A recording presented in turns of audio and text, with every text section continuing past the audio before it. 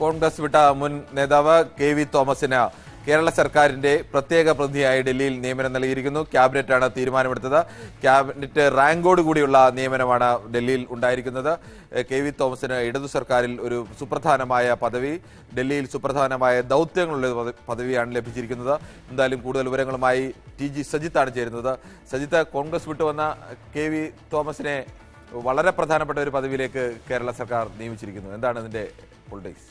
നമ്മൾ പ്രതീക്ഷിച്ചിരുന്നതാണ്, കാരണം KV തോമസിന് അത്തരമൊരു പരിഗണന കിട്ടുമെന്ന്. പക്ഷേ KV തോമസോ സർക്കാർ കേന്ദ്രങ്ങളോ KV തോമസിന്റെ കോൺഗ്രസ് ബന്ധം ഉപേക്ഷിക്കലും CPM രാഷ്ട്രീയവുമായുള്ള സഹകരണവും ഏതെങ്കിലും ധാരണയുടെയോ അല്ലെങ്കിൽ ഏതെങ്കിലും പദവികളോ ലക്ഷ്യമിട്ടല്ല എന്ന് അവർ ആവർത്തിച്ചിരുന്നു. പക്ഷേ അതല്ല സംഭവിക്കുന്നത്. KV തോമസിന് സുപ്രധാനമായ ഒരു പരിഗണന നൽകുന്നു എന്നതാണ് സാഹചര്യം. എന്തായാലും വളരെ പ്രധാനപ്പെട്ട തീരുമാനമാണ്. കാരണം മറ്റേതെങ്കിലും കോർപ്പറേഷനിലോ അല്ലെങ്കിൽ അത്തരം പദവികളിലേക്കോ ക്യാബിനറ്റ് പദവിയിലൂടെ കൊണ്ടുവരുന്നു എന്നതല്ല പ്രത്യേകത. മറിച്ച് ഡൽഹിയിൽ കേന്ദ്ര സർക്കാരിൻ്റെ പ്രത്യേക പ്രതിനിധി എന്ന് പറയുമ്പോൾ അദ്ദേഹത്തിന് വലിയ ദൗത്യങ്ങളുണ്ടാവും. KV തോമസിൻ്റെ അനുഭവ പരിചയം, അദ്ദേഹത്തിൻ്റെ രാഷ്ട്രീയ ബന്ധങ്ങൾ, ഒരുപക്ഷേ ദേശീയ തലത്തിലുള്ള രാഷ്ട്രീയ നേതാക്കളുമായുള്ള ബന്ധം തുടങ്ങിയവയൊക്കെ പരമാവധി ഉപയോഗപ്പെടുത്തുക കൂടി ലക്ഷ്യമിട്ടിട്ടുണ്ടാവാം KV തോമസിന് ഇത്തരമൊരു പരിഗണന നൽകാൻ ഇപ്പോൾ CPM തീരുമാനിച്ചിരിക്കുന്നത്. എന്തായാലും KV തോമസ് ഡൽഹിയിൽ അദ്ദേഹത്തിൻ്റെ കേന്ദ്രമാകുന്നു. സ്വാഭാവികമായും അദ്ദേഹത്തിന് മുന്നിലുള്ള ദൗത്യങ്ങൾ, കേന്ദ്ര സർക്കാരുമായുള്ള ആശയവിനിമയങ്ങൾ, ഒപ്പം തന്നെ BJP നേതാക്കളുമായുള്ള മറ്റു ആശയവിനിമയങ്ങൾ, ഇതിലൊക്കെ വലിയ പങ്ക് വഹിക്കാൻ അദ്ദേഹത്തിനുണ്ടാവും. സംസ്ഥാനത്തിൻ്റെ പൊതുവായ താല്പര്യങ്ങൾ പരിഗണിച്ചുകൊണ്ട് അത്തരമൊരു പ്രവർത്തനം നടത്തുക എന്നതാണ് ഇത്തരമൊരു പോസ്റ്റിലൂടെ പൊതുവിൽ സർക്കാർ വിവക്ഷിക്കുന്നത്. നേരത്തെ തന്നെ ഇത്തരമൊരു പദവി കൊണ്ടുവരുന്നത് വിമർശന വിധേയമായി. കാരണം ഒരു IAS ഉദ്യോഗസ്ഥൻ സർക്കാരിൻ്റെ പ്രതിനിധിയായി ഡൽഹിയിൽ ഇപ്പോൾ തന്നെ പ്രവർത്തിക്കുന്നുണ്ട്. പിന്നെ മറ്റൊരു നേതാവ് അല്ലെങ്കിൽ മറ്റൊരാൾ എന്തിന് എന്ന ചോദ്യം നേരത്തെ തന്നെ ഉയർന്നതാണ്. എന്തായാലും ഈ സർക്കാർ തുടക്കത്തിൽ തന്നെ അത്തരമൊരു പദവി പരിഗണിച്ചുകൊണ്ടുള്ള നീക്കങ്ങൾ ഉണ്ടായിരുന്നു. നേരത്തെ മുൻ MP കൂടിയായ സമ്പത്ത് അടക്കം ഈ പോസ്റ്റുകളിൽ പ്രവർത്തിച്ചതാണ്. അന്ന് വലിയ വിമർശനം ഉയർന്നതാണ്. എന്തായാലും KV തോമസ് കൂടി അത്തരമൊരു പദവിയിൽ കേരളത്തിൻ്റെ പ്രതിനിധിയായി ഡൽഹിയിൽ പ്രവർത്തിക്കാൻ വരികയാണ്.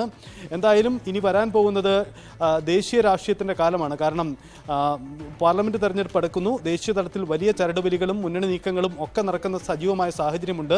മൂന്നാം മുന്നണി പോലെ CPMന് പ്രാതിനിധ്യമുള്ള ഒരു മുന്നണി സംവിധാനം പോലും ആലോചനയിൽ നിൽക്കുന്ന സാഹചര്യമുണ്ട്. ഇത്തരം സാധ്യതകളൊക്കെ പരിഗണിച്ചുകൊണ്ടുകൂടിയാവാം സർക്കാരിൻ്റെ പ്രതിനിധി എന്ന തരത്തിലുള്ള ഒരു ഔദ്യോഗിക മുഖത്തോടുകൂടി KV തോമസിനെ ഡൽഹിയിൽ അവതരിപ്പിക്കുന്നതിന് കാരണവും.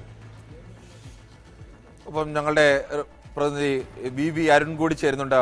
അരുൺ, വളരെ സുപ്രധാനമായ ഒരു രാഷ്ട്രീയ തീരുമാനം കൂടിയാണ് കേരള സർക്കാർ ഇപ്പോൾ എടുത്തിരിക്കുന്നത്, മന്ത്രിസഭ എടുത്തിരിക്കുന്നത്. ഈ KV തോമസിനെ ഇങ്ങനെ ഒരു പദവിയിലേക്ക് കൊണ്ടുവരിക വഴി ഏതെല്ലാം തരത്തിലുള്ള നേട്ടമാവും പ്രധാനമായും സർക്കാരും CPMഉം ലക്ഷ്യമിടുക? VV അരുണിലേക്കുള്ള ടെലിഫോൺ ബന്ധത്തിൽ ചെറിയ പ്രശ്നങ്ങളുണ്ട് എന്ന് തോന്നുന്നു. എന്തായാലും വളരെ സുപ്രധാനമായ ഒരു പദവിയിലേക്ക് ദീർഘകാലം കോൺഗ്രസ് നേതാവായിരുന്ന, അടുത്തിടെ മാത്രം കോൺഗ്രസ് വിട്ട KV തോമസിനെ കേരള സർക്കാർ നിയമിച്ചിരിക്കുന്നു. കേന്ദ്രം ഭരിക്കുന്ന BJP സർക്കാരുമായും BJPയിലെ പ്രധാനമന്ത്രി അടക്കമുള്ള പ്രധാനപ്പെട്ട നേതാക്കളുമായും വ്യക്തിബന്ധം കൂടി സൂക്ഷിക്കുന്ന ആളാണ് KV തോമസ്. ആ തരത്തിൽ രാഷ്ട്രീയ അതീതമായ ഒരു ബന്ധമുള്ള ആളാണ്. അതുകൊണ്ട് തന്നെയാവണം കേരളത്തിൽ ഇതിൻ്റെ ഒരു പ്രത്യേക പ്രതിനിധിയായി കേരളത്തിൻ്റെ പദ്ധതികൾ നടപ്പാക്കാൻ വേണ്ടി, കേരളത്തിൻ്റെ പ്രതിച്ഛായ സൃഷ്ടിക്കാൻ വേണ്ടി. എന്തായാലും VV അരുൺ കൂടി ചേരുന്നു. അരുൺ, പാർട്ടി വളരെ കൃത്യമായി ആലോചിച്ച് ആയിരിക്കുമല്ലോ ഇങ്ങനെ ഒരു തീരുമാനമെടുത്തത്. KV തോമസിനെ പോലെ ദീർഘകാലം കോൺഗ്രസിൽ ഉണ്ടായിരുന്ന ഒരു നേതാവിനെ കേരള സർക്കാരിന്റെ പ്രതിനിധിയായി ഡൽഹിയിൽ നിയമിക്കുന്നു. എന്തെല്ലാം ലക്ഷ്യങ്ങളാവും പാർട്ടി ഇതിൽ നിന്ന് ഉദ്ദേശിക്കുന്നത്? കിരൺ, കഴിഞ്ഞ സർക്കാരിന്റെ കാലത്ത്, ആദ്യ പിണറായി സർക്കാരിന്റെ കാലത്ത് ആറ്റിങ്ങൽ ലോക്സഭാ മണ്ഡലത്തിൽ പരാജയപ്പെട്ട സമ്പത്തിനെ സമാന തസ്തികയിൽ നിയമിച്ചു. അന്നും സർക്കാർ പറഞ്ഞത് സമ്പത്തിന് ഡൽഹിയിലുള്ള പരിചയം, സമ്പത്ത് ദീർഘനാൾ 10 വർഷം MP ആ പരിചയം മുതലെടുക്കാൻ കൂടിയാണ് അത്തരമൊരു നിയമനമെന്ന് സർക്കാർ ഒന്ന് അവകാശപ്പെട്ടു. ഏതായാലും അത് എത്രത്തോളം ഫലം ചെയ്തു എന്ന് പിന്നീട് വലിയ തർക്കങ്ങൾക്ക് വിധേയമായ വിഷയം കൂടിയാണ്. ഇപ്പോൾ വേണു രാജാമണി, മുൻ അംബാസിഡർ, ഈ പദവിയിൽ അവിടെ തുടരുന്നുണ്ട്. അദ്ദേഹത്തെ മാറ്റിയാണോ അദ്ദേഹത്തിന് അധിക ചുമതലയായി എന്താണ് ഇപ്പോൾ KV തോമസിനെ കൊണ്ടുവരുന്ന കാര്യത്തിൽ കുറച്ചുകൂടി വ്യക്തത വരേണ്ടതുണ്ട്. എന്തായാലും KV തോമസ് മന്ത്രി എന്ന നിലയിലും ദീർഘനാൾ MP എന്ന നിലയിലും ഒക്കെ ഡൽഹിയിൽ പ്രവർത്തിച്ച നേതാവാണ്. അദ്ദേഹത്തിന് വലിയ പരിചയം, അടുപ്പം ഡൽഹിയിലെ ഭരണകേന്ദ്രങ്ങളുമായി ഉള്ള നേതാവാണ്. സ്വാഭാവികമായും അദ്ദേഹത്തിന് ഇടതുമുന്നണി സർക്കാർ ഭരിക്കുമ്പോൾ ഒരു പദവി നേരത്തെ പ്രതീക്ഷിച്ചതാണ്. പലതവണ അദ്ദേഹത്തിന്റെ പേര് തെരഞ്ഞെടുപ്പിൽ ഒക്കെ പറഞ്ഞു കേട്ടെങ്കിലും അദ്ദേഹവും CPM നിഷേധിക്കുകയാണ്. ഇപ്പോൾ സർക്കാരിൽ തന്നെ വളരെ പ്രധാനപ്പെട്ട പദവിയിലേക്ക് KV തോമസിനെ കൊണ്ടുവരികയാണ്. അദ്ദേഹത്തിന്റെ ഡൽഹിയിലുള്ള ബന്ധം, അദ്ദേഹത്തിന്റെ പരിചയമൊക്കെ പ്രയോജനപ്പെടുത്തുകയാണ് ലക്ഷ്യമെന്നാണ് സർക്കാരിന്റെ വിശദീകരണം.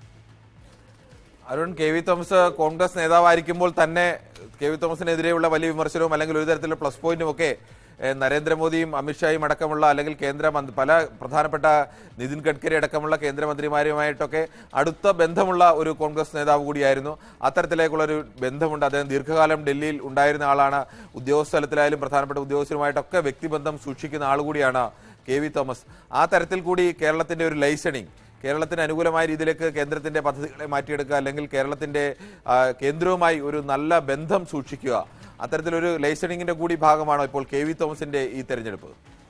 തീർച്ചയായും അങ്ങനെ തന്നെ കാരണം സിൽവർ ലൈൻ പദ്ധതി അടക്കമുള്ള സംസ്ഥാന സർക്കാരിന്റെ സ്വപ്ന പദ്ധതികൾ, വിവിധ റെയിൽവേ പദ്ധതികൾ, ശബരി റെയിൽപാത അടക്കമുള്ള റെയിൽ പദ്ധതികളൊക്കെ ഇപ്പോൾ പലവിധ തടസ്സങ്ങൾ നേരിടുകയാണ്. സിൽവർ ലൈൻ പദ്ധതി നടപ്പാക്കാനാകുമോ എന്ന കാര്യത്തിൽ പോലും സർക്കാർ ഉറപ്പില്ലാത്ത അവസ്ഥ. അതിന്റെ ജീവനക്കാരെ പിൻവലിക്കുന്നു. കേന്ദ്രത്തിന്റെ ഒരു എതിർപ്പാണ് ഇതിനെല്ലാം കാരണം. അത്തരത്തിൽ ആ എതിർപ്പുകൾ ഒഴിവാക്കാൻ ദേശീയപാത പദ്ധതികൾ വളരെ പ്രധാനപ്പെട്ടതാണ്. റോഡ് വികസനവുമായി ബന്ധപ്പെട്ട പദ്ധതി വളരെ പ്രധാനപ്പെട്ടതാണ്. ഇക്കാര്യങ്ങളിലൊക്കെ കേന്ദ്രവുമായുള്ള ഒരു ബന്ധം കുറച്ചുകൂടി മെച്ചപ്പെടുത്തണമെന്ന ആഗ്രഹം സർക്കാരിനുണ്ട്. പ്രത്യേകിച്ച് മുഖ്യമന്ത്രി പിണറായി വിജയനുണ്ട്. അതിനെ പറ്റിയ ഒരു ആളെ നിലയിൽ കൂടിയാകണം ഇപ്പോൾ കെ വി തോമസിനെ ഇത്തരം ഒരു പദവിയിലേക്ക് നിയോഗിക്കുന്നത്. അദ്ദേഹത്തെ അതിന് പാർലമെന്ററി രാഷ്ട്രീയത്തിൽ കൊണ്ടുവരിക അല്ലെങ്കിൽ തെരഞ്ഞെടുപ്പ് മത്സരിപ്പിക്കുകയോ എന്ന കാര്യമൊന്നും CPM ആ രീതിയിൽ പരിഗണിക്കുന്നത് അദ്ദേഹത്തിനും അത് അത്ര ആ രീതിയിൽ താല്പര്യമുള്ള വിഷയമായി തോന്നുന്നില്ല. അതുകൊണ്ട് കൂടിയാകണം ഒരുപക്ഷെ ഇത്തരത്തിൽ സർക്കാരിനെ വളരെ പ്രധാനപ്പെട്ട ഇടപെടലുകൾ നടത്താൻ ഉള്ള ഒരാളായി ഒരു സ്ഥാനത്തേക്ക് കെ വി തോമസിനെ കൊണ്ടുവരുന്നത്.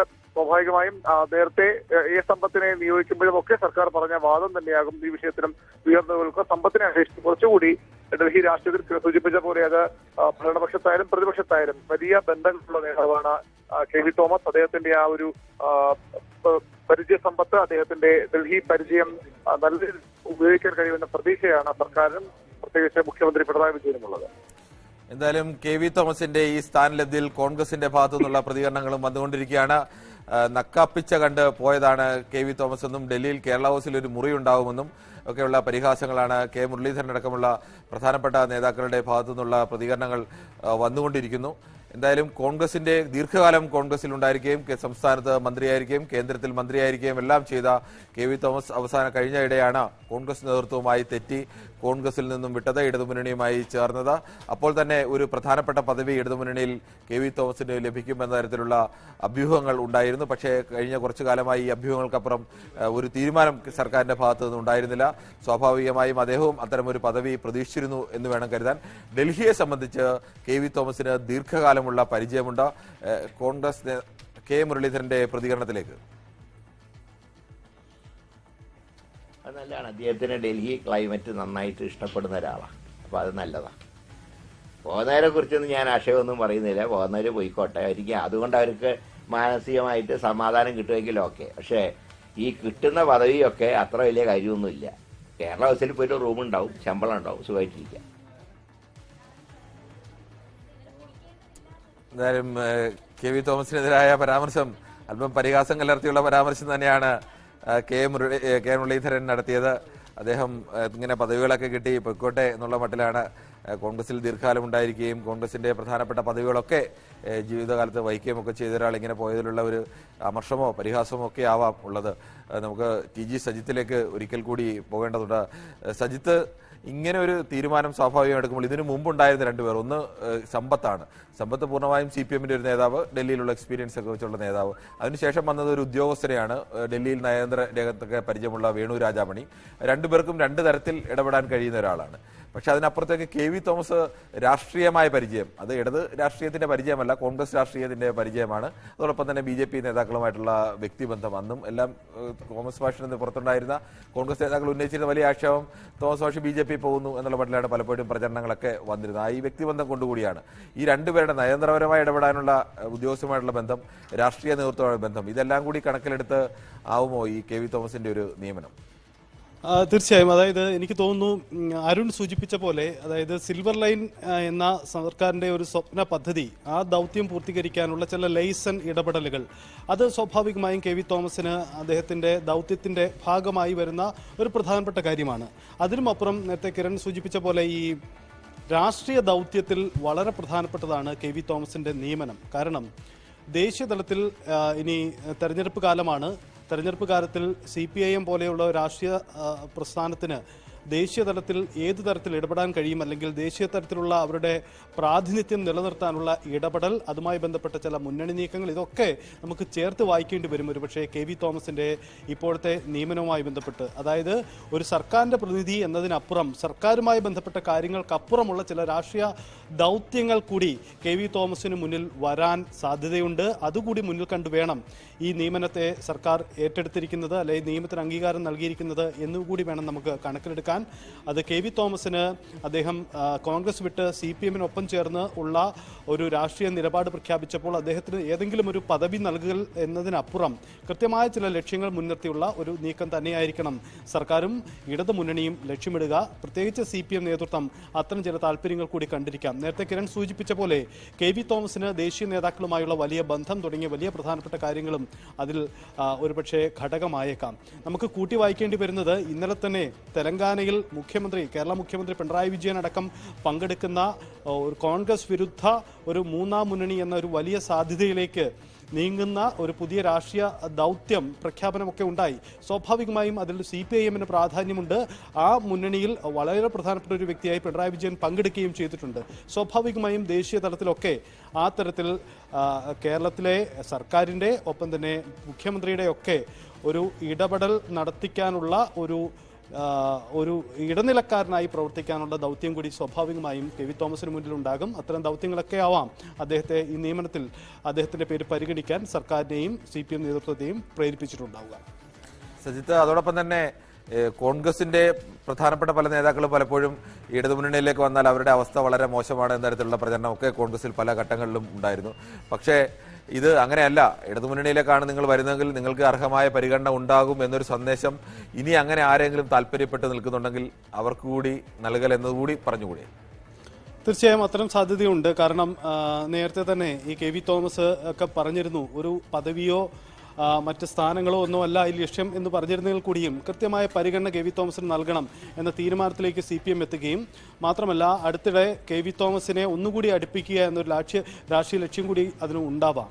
കാരണം അതിൽ സംസ്ഥാന രാഷ്ട്രീയം കൂടി എനിക്ക് തോന്നുന്നു കൂട്ടി വായിക്കേണ്ടി വരും. കാരണം ഈ സഭകളും മറ്റുമായി KV തോമസിനുള്ള വലിയ ബന്ധം, പ്രത്യേകിച്ച് ലത്തീൻ സഭയുമായി ബന്ധപ്പെട്ട് KV തോമസിനുള്ള വലിയ ബന്ധം, വിഴിഞ്ഞം സമരം മറ്റും ഒത്തുതീർപ്പാക്കുന്നതിന് KV തോമസ് വലിയ തരത്തിലുള്ള സ്വാധീനം സർക്കാരിന് വേണ്ടി ഇടപെടൽ നടത്തി എന്ന് നേരത്തെ ചില റിപ്പോർട്ടുകൾ ഉണ്ടായിരുന്നു. സ്വാഭാവികമായും KV തോമസിന്റെ അത്തരം സാധ്യതയും ശേഷിയും ഇനിയും പ്രയോജനപ്പെടുത്തണം. അതുകൊണ്ട് KV തോമസിനെ ഒന്നുകൂടെ ചേർത്ത് നിർത്താം എന്ന ചിന്തയും ഈ നിയമനത്തിന് പിന്നിൽ ഉണ്ടായിട്ടുണ്ടാവാം.